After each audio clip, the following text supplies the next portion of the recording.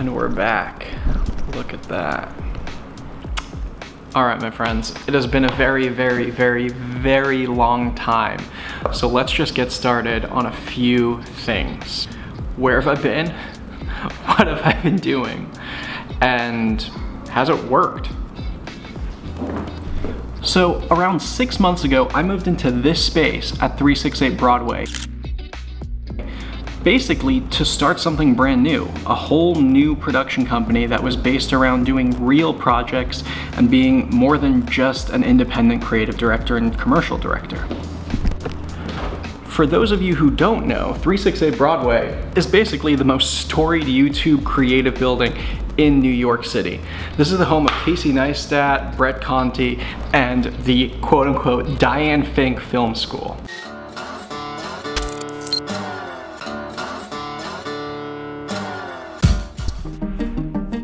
Welcome to 368. Here we are, my dream studio office at 368 Broadway.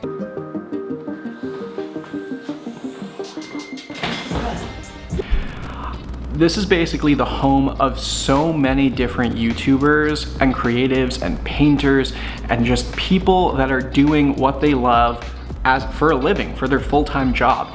And for me, it was getting to a point working from home where we couldn't get anything done. So that's when we moved in here. Today, we're showing you a quick look at our studio here in New York City. It's all the fingerprints.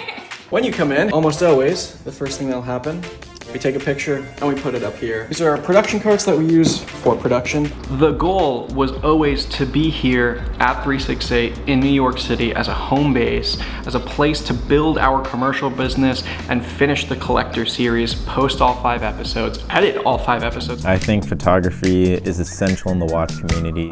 It allows me to really appreciate the little things, just the stories behind watches.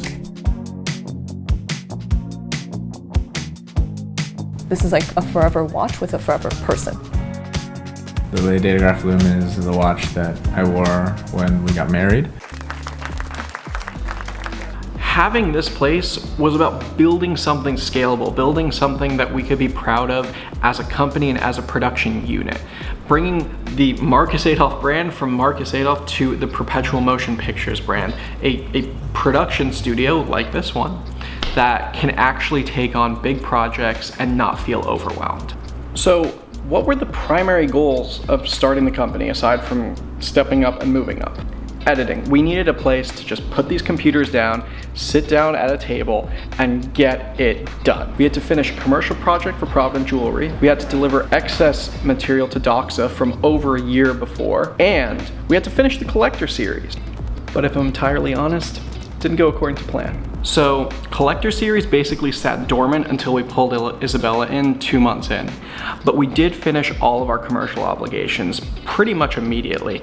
Nikki and I started pretty much on day one, sorry Nikki, I know it was a lot, on editing as much as possible, and we were just going hard, doing as much as we could in this short period of time we had left.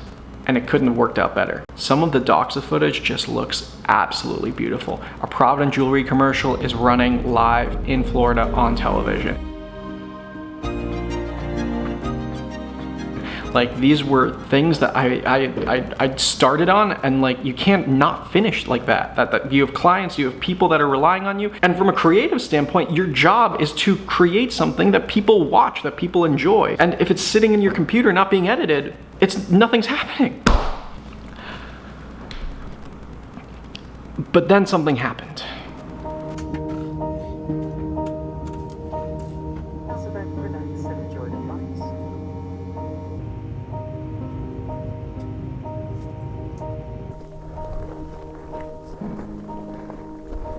Good morning. Good 6 a.m. from almost the top of Africa. Behind me, Uhuru Peak and the sunrise. One of the best mornings of my life. Quick little breakfast. Oh, he's here. Good morning. All right. Day of the show. Show looks good. We're prepped. We got some last minute stuff to do. It's gonna do fine. I realized that I'd inadvertently started a long-term project. It's called Me and My Grandfather's Leica. And basically last year, I decided I wanted to take on a big project. And I went and I climbed Mount Kilimanjaro, carrying that camera, it's right in my backdrop, my grandfather's Leica M6, and I took a bajillion photos. As I was talking to Jake, my creative partner here, and Nikki, and soon to be Isabella, I was like, we need to do something fun with it. So I bought that printer and we printed the entire Leica show on this bad boy. And I brought the prints over to the Leica boutique and I was like, guys, what do you think? And they're like, I think we should put them up to show people. April 2024 was my first ever photography show.